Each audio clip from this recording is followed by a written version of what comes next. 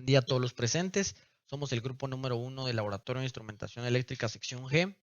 El día de hoy vamos a presentar nuestro proyecto de instrumentación. Como primera parte tenemos el sensor de nivel, el instrumento de sensor de nivel, el cual está dividido en varias etapas. La primera es el circuito transductor, el cual es un puente de Whitson con capacitores en serie. Este circuito está acoplado a un circuito de adquisición de datos, el cual es un amplificador de instrumentación.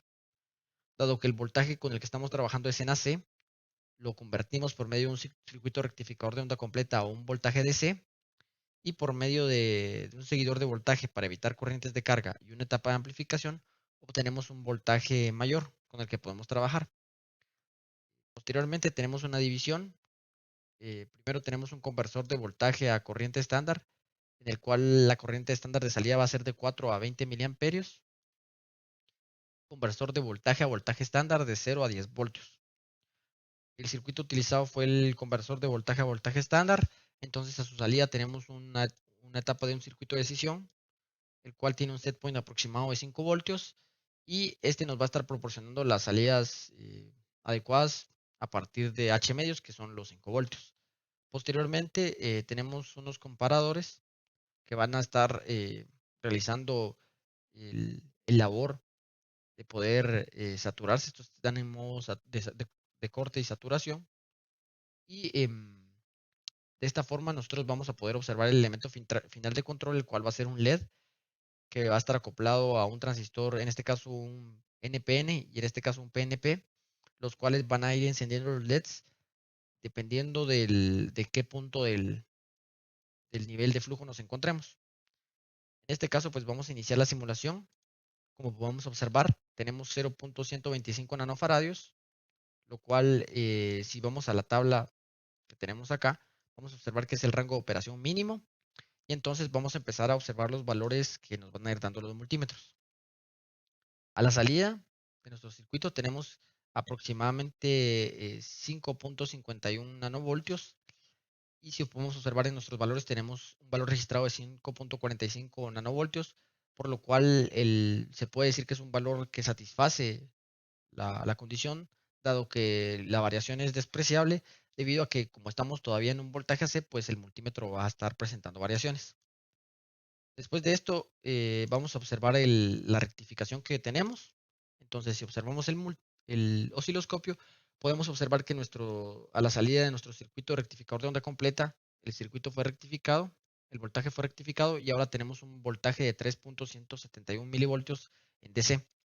Como mencionamos, este voltaje es bajo para trabajar con él, por lo cual con una etapa de amplificación se aumenta este voltaje y entonces a la salida ya con este voltaje amplificado vamos a posteriormente a trabajar aquí un conversor de voltaje a corriente y un conversor de voltaje a voltaje. Una cosa importante de mencionar es que esta etapa de amplificación va a proporcionar una ganancia de 50. Entonces nuestro circuito se va a ver eh, cabo por una ganancia de 50. Vamos a observar los valores que tenemos acá y vamos a compararlos con los valores obtenidos en la tabla. XMM4 corresponde a la salida del conversor de corriente estándar y XMM3 corresponde al circuito de voltaje estándar. En este caso, como podemos observar, aquí tenemos la corriente de salida estándar, que para este nos indica que son de 4.015 miliamperios, lo cual corresponde a este valor y nos indica que estamos trabajando de manera correcta, dado que la única varianza que existe es de 0.015 miliamperios. Y en el caso de el voltaje de salida estándar, tenemos un voltaje de salida estándar de 2.227 milivoltios. Y acá podemos observar que tenemos un voltaje de salida estándar de 2.224 milivoltios, por lo cual satisface también el valor dado. Ahora vamos a observar el voltaje de salida del circuito de decisión. El voltaje de salida del circuito de decisión tenemos un voltaje de menos 14.113, que podemos observar aquí concuerda con el valor obtenido. Y si nos vamos a nuestro elemento final de control, vamos a poder observar que el LED que está encendido es el que tenemos en esta parte, por lo cual si nosotros nos vamos por encima del set point a un valor superior, nos debería dar debería apagarse este LED y funcionar este LED. Entonces vamos a probar con otro valor que esté por encima del set point. Vamos a probar con el valor de 8.9143 nanofaradios. Entonces vamos a hacer el cambio.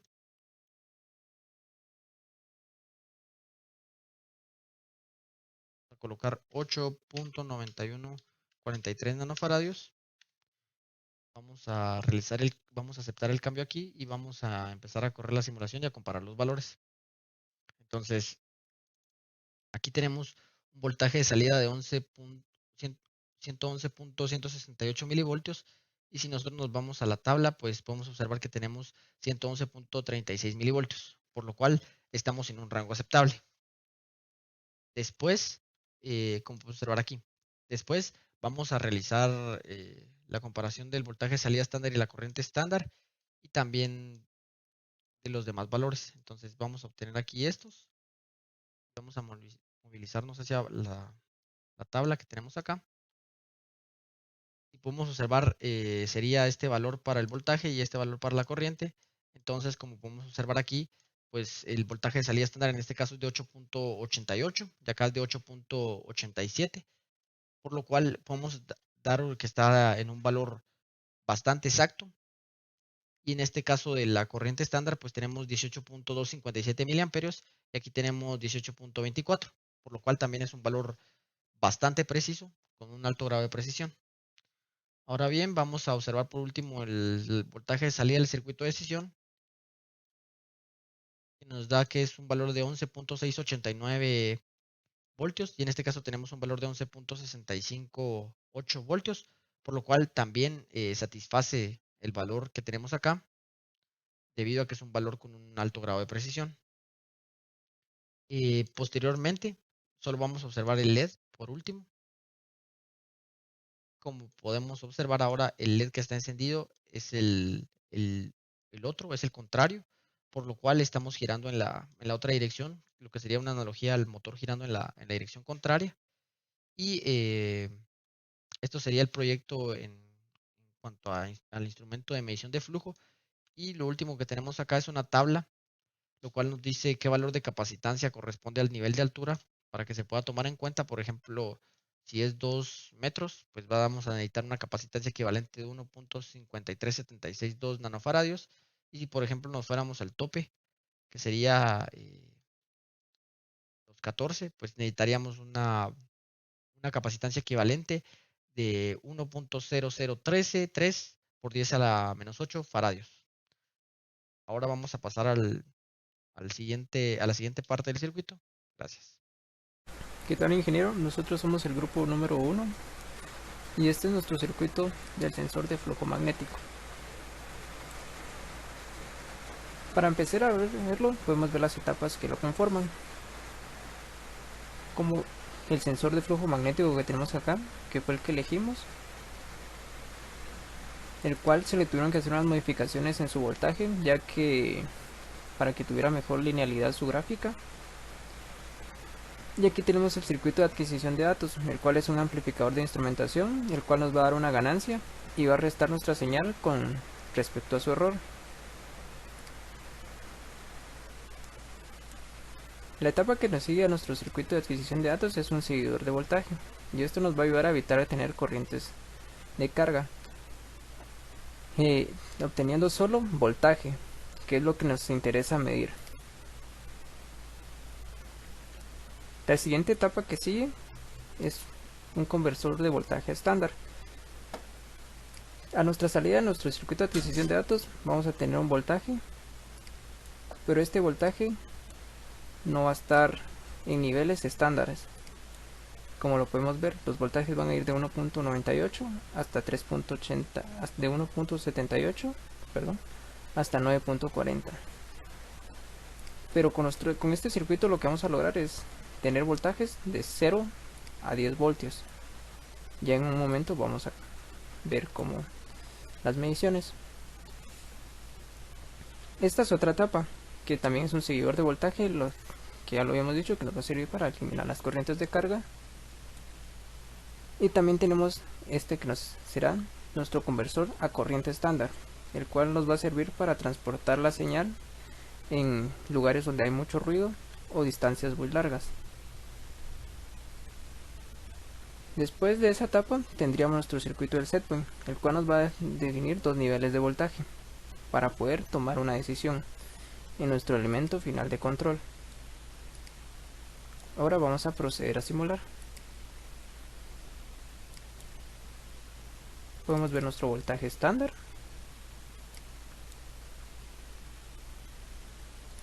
nuestra corriente estándar y nuestro setpoint.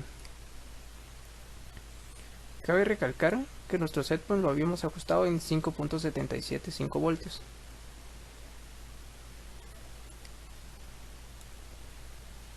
Podemos ver que para una altura de 0 a 1.98 nuestro setpoint es negativo, que sería menos 14.15 voltios, que está saturando de manera negativa.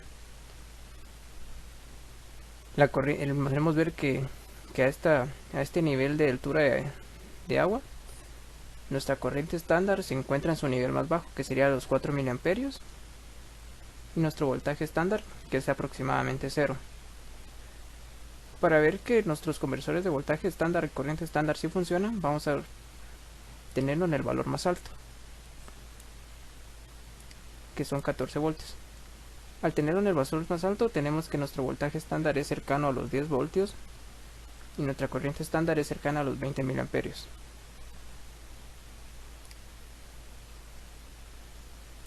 Y ahora podemos ver que nuestro setpoint es positivo. Ahora vamos a analizar para dos voltajes. Podemos ver que cuando nuestro voltaje pasa un valor de altura de 5.87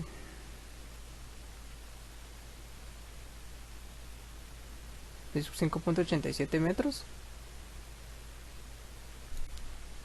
nuestro elemento final de control va a estar saturado en la zona negativa, obteniendo un voltaje negativo, como podemos ver. Pero si aumentamos el voltaje,